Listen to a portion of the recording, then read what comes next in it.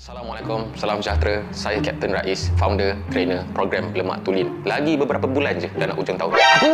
Korang masih boroi? Korang masih gemuk? Inilah masanya untuk anda semua join program kurus virtual paling viral, paling berkesan, paling tak menipu, program Lemak Tulin. Confirm tak menyesal. Sebab apa? Tak perlu pakai alat, tak perlu pergi gym. Boleh buat dekat mana-mana, tak ganggu masa korang. Kita tak pakai apa-apa produk kurus, suplemen atau apa-apa produk. Paling murah, paling marahan, ada money back guarantee. Semua orang boleh join program Lemak Tulin, tak kira umur, jantina atau berat badan. Dah lebih 10,000 pernah join Lemak Tulin. Semua berjaya, tak ada lagi yang gagal. InsyaAllah korang akan nampak kesan yang paling ketara dalam masa seawal 7 hari sahaja. Lagi beberapa bulan je nak masuk tahun baru, kita buat projek kurus hujung tahun. Lagi 4 bulan je, jadi setiap bulan kita hanya ada satu batch sahaja. Satu batch sahaja. Slot terhad, masa terhad. Tunggu apa lagi? Klik link dekat bawah untuk daftar sekarang. Ingat, ini adalah peluang terakhir untuk korang kurus sebelum tahun baru. Jadi, join program Lemak Tulin.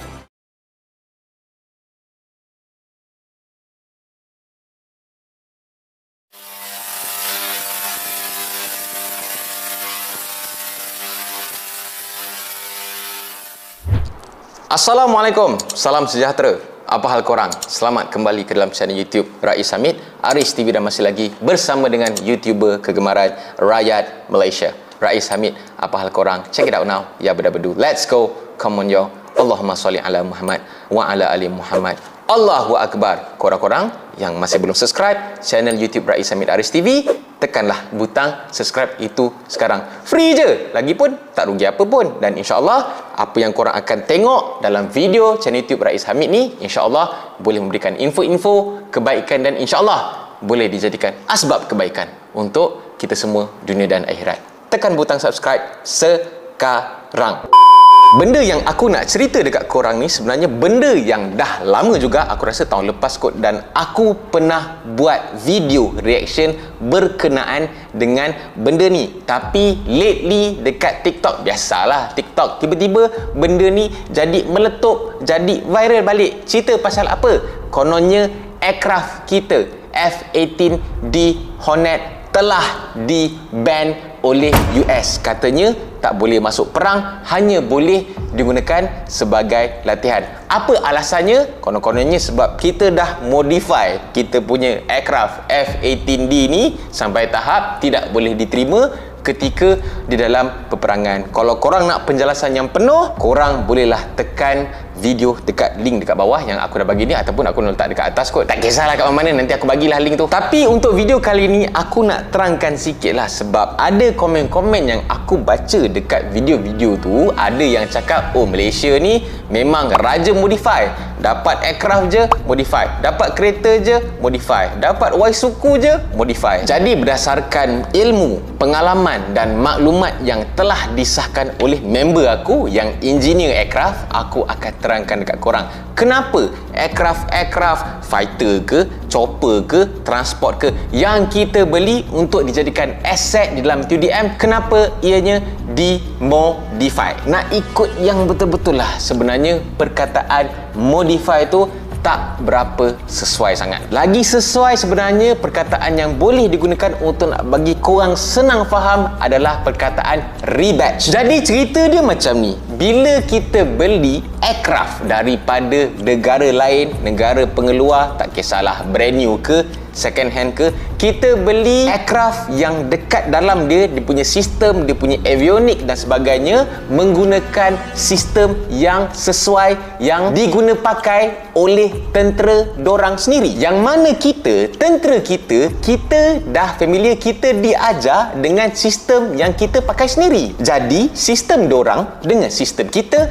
lain. Jadi bila kita beli aircraft, contohnya bila kita beli Sukhoi lah, Sukhoi itu sebenarnya aircraft dia adalah memang daripada Russia lah, tapi sistem avionik dia adalah sistem daripada Euro, which is memang kita tak pakai lah. Jadi bila kita beli, jadi bila kita dapat aircraft tu, kita rebadge balik, kita susun balik, kita alter balik. Nak senang cerita macam ni lah, aku bagi tahu dekat korang lah. Bila kita beli aircraft ni, kita boleh pilih tahu dia punya avionik, sistem tu, sistem ni, kita nak masukkan brand-brand yang mana. Sebab dalam aircraft ni, bila kita beli satu benda tu, Alah, sama macam kereta lah. Kalau kau beli kereta, benda-benda dekat kereta tu bukannya semuanya Proton punya pun. Kadang-kadang radio dia daripada China, kadang-kadang enjin dia daripada Jepun, kadang-kadang tingkap dia daripada China, kadang-kadang seat dia daripada Thailand. Samalah juga kes dia macam aircraft yang kita beli. So bila kita beli, kita boleh pilih dan kita boleh tentukan bahagian-bahagian dekat aircraft ni kita nak yang macam mana. Dan of course pemilihan dia adalah berdasarkan kriteria, berdasarkan apa sistem yang diguna pakai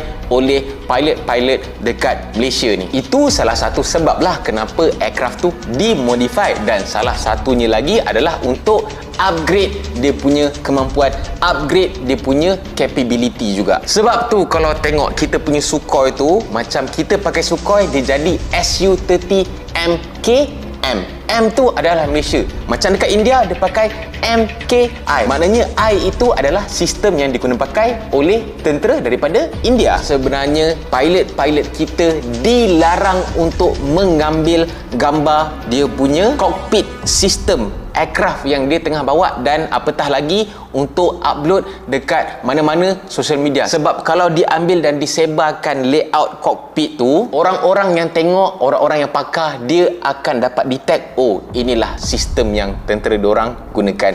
Itu adalah salah satu rahsia ketenteraan yang kita, especially tentera-tentera kita, kena jagalah. Tapi lain dia pula kes kalau seandainya kita beli aircraft yang brand new, bukan yang second hand. Sebab aircraft yang kita beli selama ni kebanyakannya adalah second hand. Kalau kita beli aircraft yang baru, sistem yang baru, kita akan bawa balik Malaysia. Bila dah settle proses perolehan, bila kita dah dapat aircraft tu, ianya akan diuji dulu oleh kita punya test pilot. Nak tengok sama ada sistem yang sedia ada dalam aircraft yang baru tu, sistem yang baru tu boleh tak menepati kita punya keperluan dan requirement, dan sesuai tak dengan pilot-pilot kita. Mungkin korang akan cakap, kita pun beli juga aircraft macam Boeing 737, aircraft komersial, kenapa tak diubah sesuai? Bang, ini military bang, ASCO kot. Of course lah kita nak buat something yang bersesuaian dengan pilot kita, yang menepati kita punya requirement, yang boleh upgrade lagi dia punya kemampuan, capability. Sebab itu kan aset askar. Kan kalau perang kan itulah aset yang digunakan dalam perang nanti. Aku tambah sikit, macam korang cakap apa benda aircraft kita di-ban oleh US. Mana korang baca? Aku search dekat Google, ada satu sumber je, itu pun sumber daripada YouTube dan juga website hoax daripada Indonesia. Tak ada langsung berita rasmi yang mengatakan bahawa aircraft kita kena ban.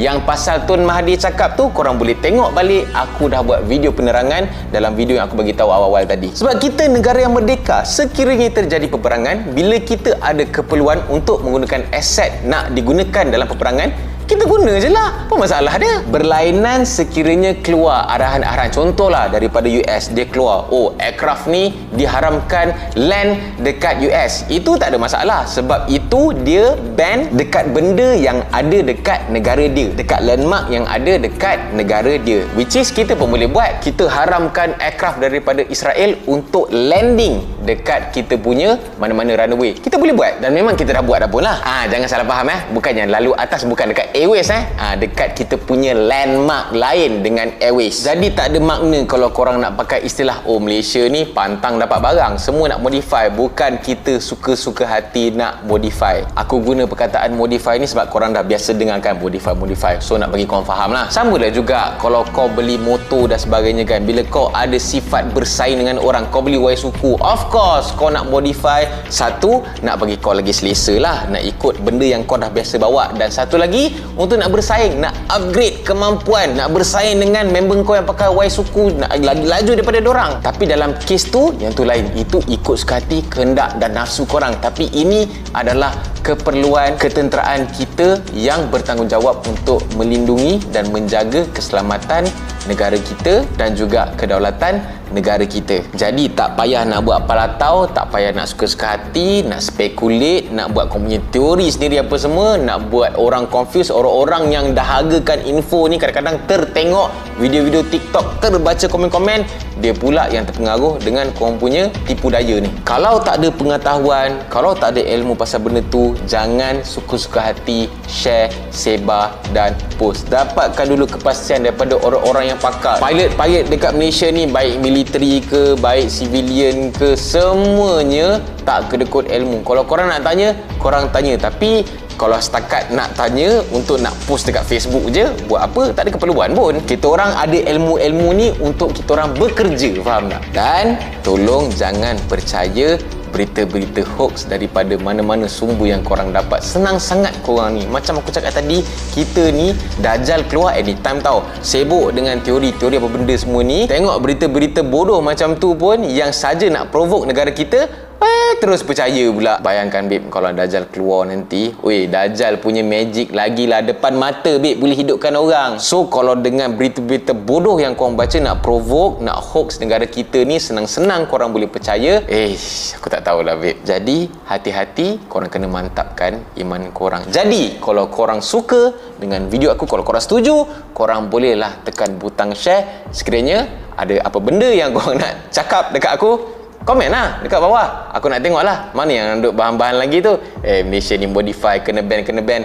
Bagi bukti lah. Tanya sendiri US, betul ke dorang ni dah ban Hornet daripada negara kita? Tanya dorang sendiri. Dan tolong tekan butang like, butang subscribe, butang loceng untuk notification video daripada channel YouTube Rais Hamid selepas ini. Mantapkan iman kita, baiki amalan kita. InsyaAllah bila kita improve amalan kita, betulkan bacaan semayang, awalkan semayang, InsyaAllah iman di dada kita akan menebal. Segala fitnah-fitnah apa semua ni, berita-berita tipu semua ni, InsyaAllah kita tak mudah percaya. Semoga kita semua diberikan taufik dan hidayah. Semoga semua dimurahkan rezeki dan dipermudahkan urusan. Kita jumpa lagi dalam next video. Assalamualaikum. Bye-bye. See ya!